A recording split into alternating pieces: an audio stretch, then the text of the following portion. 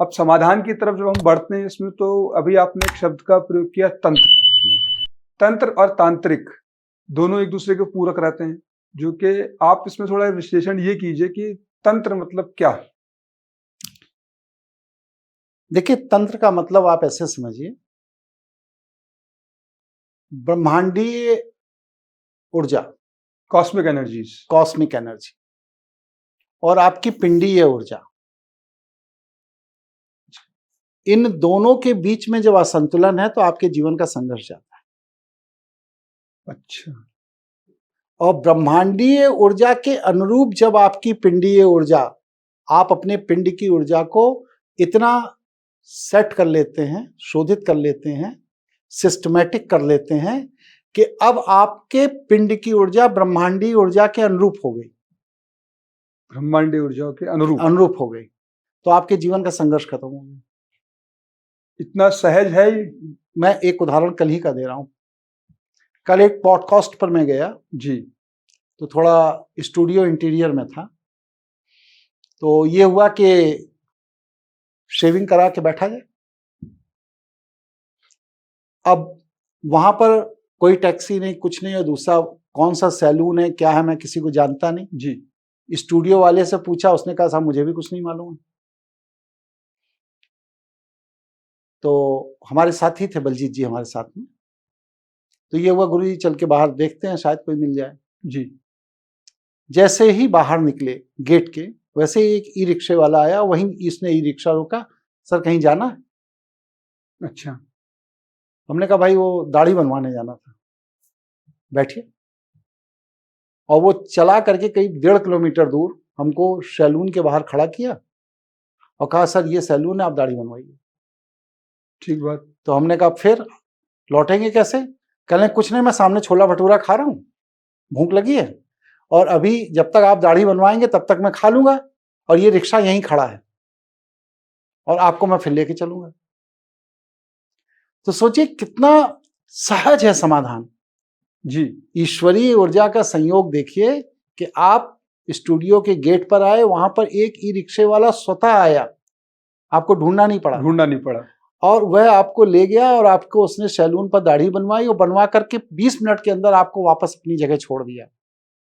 और अगर आप ये सुविधा उसकी नहीं लेते या ईश्वर आपकी ये सुविधा उपलब्ध नहीं कराता तो आप 1.5 किलोमीटर पैदल पैदल पैदल पैदल जाते, पसीने से सराबोर हो जाते, फिर इसके बाद दाढ़ी बनवाते, फिर लौट के आते, और जीवन का कितना संघर्ष बढ़ जाता आपकी। तो ये एक छोटा उदाहरण है। ऐसे ही जीवन के 100, 200, 500 उदाहरण व्यक्ति के जीवन में रोज घटते हैं, जहां पर ईश्वरीय ऊर्जा मदद करना चाहती है, वहां पर वह समस्या के साथ समाधान आपके सामने खड़ा कर देती है। जी। और जहां पर ईश्वरीय ऊर्जा मदद नहीं करना चाहती है तो वहां पर समस्या आ जाती है, समाधान या तो आके निकल जाता है या आपके समस्या को कष्ट झेल लेने के बाद आपको समाधान दिखाई देता है। तो ये क्या है? ये इस बात की सूचना है कि आपके पिंडीय ऊर्जा और इस ब्रह्मांडीय ऊर्जा में तालमेल नहीं है, और अगर आपके पिंडीय ऊर्जा और इस ब्रह्मांडीय ऊर्जा में तालमेल है तो आपके प्रारब्ध दोषों की समस्याएं आपके सामने आएंगी, लेकिन ब्रह्मांडीय ऊर्जा उसका समाधान तुरंत भेज देगा, तुरंत भेज। इसको एक शब्द का नाम जैसा जिसको हम कहते हैं धोखा, तो ये माना जा सकता है कि जो हम धोखा खाते हैं वो यही है कि हमारा ब्रह्मांडीय और इस पिंड ऊर्जा से सिंक्रोनाइजेशन नहीं है, इसलिए इसको हम धोखा कह सकते हैं। लेकिन ये क्यों नहीं है? क्योंकि हमने बहुतों को धोखा दिया है। अच्छा, इसलिए नहीं। अगर हमने बहुतों को धोखा नहीं दिया है तो हमें कोई धोखा नहीं देगा। भाई मुझे तो आज तक कभी किसी ने धोखा नहीं दिया। आपकी तो एक बात अलग है, आपके तो सारे एस्पेक्ट्स जो हैं वो कॉस्मिक एनर्जी से ही गवर्न हैं। मेरे से मतलब ये है कि अगर आप ईश्वरीय ऊर्जाओं के सामंजस्य को अपने साथ बनाकर चलते हैं तो आपको जीवन में संघर्ष नहीं करना। जी। तो तंत्र का वास्तविक अर्थ क्या है जो कि समाज में आज हम देखते हैं वो एकदम विवक्षित है, और उस स्वरूप पे आप अपने प्रकाश डालिए कि तंत्र का मतलब क्या है और जो समाज में वर्तमान समय में चल रहा है इसका प्रयोजन क्या है। देखिए, वर्तमान समाज में तो ठगी चल रही है तंत्र के नाम पर,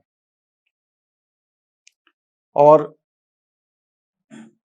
जैसे मेरे गुरुदेव थे या उन जैसे और लोग भी हैं, ऐसे 10-20 लोगों को छोड़ दिया जाए तो इसके अलावा जो हजारों लोगों से मैं मिला अपने जीवन में, वो सब तंत्र के नाम पे ठगी कर रहे हैं।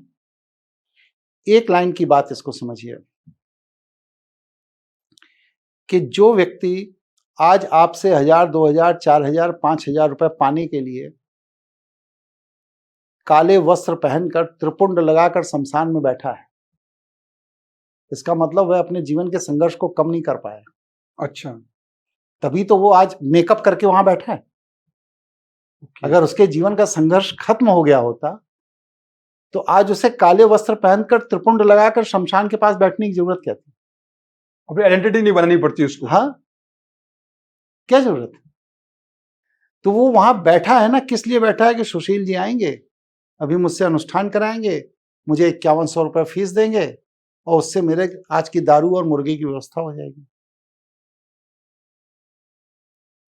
तो जो व्यक्ति सुशील जी के पैसे से दारू और मुर्गे की व्यवस्था हो जाएगी इस कामना से त्रिपुंड लगा करके शमशान में बैठा है, वह व्यक्ति सुशील जी के जीवन के संघर्ष को कैसे कम करेगा? नहीं कर सकता है। नहीं कर सकता। अच्छा तांत्रिक वही होता है जो जन सामान्य में एकदम सामान्य व्यक्ति की तरह जीवन यापन करता है और अपनी मानसिक शक्तियों से अपने जीवन के संघर्ष को जब कम कर लेता है तो लोक कल्याण के भाव से किसी अन्य के जीवन के संघर्ष को कम करने की इच्छा रखता है। जी, वह असली तांत्रिक है। ऐसा भी है, मतलब समाज में हैं लोग हैं। मेरे पास तो लगभग 14 लाख लोग पूरी दुनिया से जुड़े हुए हैं। जी, और मैं, आप देख ही रहे हैं, ना कोई अंगूठी पहनता हूँ, कुछ ना कोई माला, ना रुद्राक्ष, ना त्रिपुंड, कुछ नहीं। और कोई ऐसा महीना नहीं है कि 100-150 तांत्रिक क्रिया मैं ना करता हूँ। और 1000-1500 लोगों के तो लिस्ट संस्थान में मौजूद है जी, जो आश्चर्यजनक तरीके से लोगों को लाभ हुआ। लोगों के नी ट्रांसप्लांट होने थे, वो अब नहीं हुए। लोगों को कैंसर डिक्लेयर हो गया लेकिन महीने भर बाद कैंसर गायब हो गया शरीर का।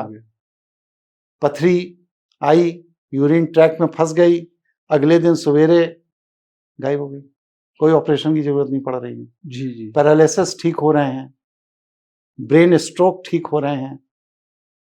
ऐसे सैकड़ों उदाहरण है हमारे पर पास। तंत्र में जो हमने देखा है समाज में वो ये होता है कि इसका विकृत स्वरूप देखा है, जैसे किसी ने किसी को मारण कर दिया। आपने विकृत स्वरूप भी नहीं देखा।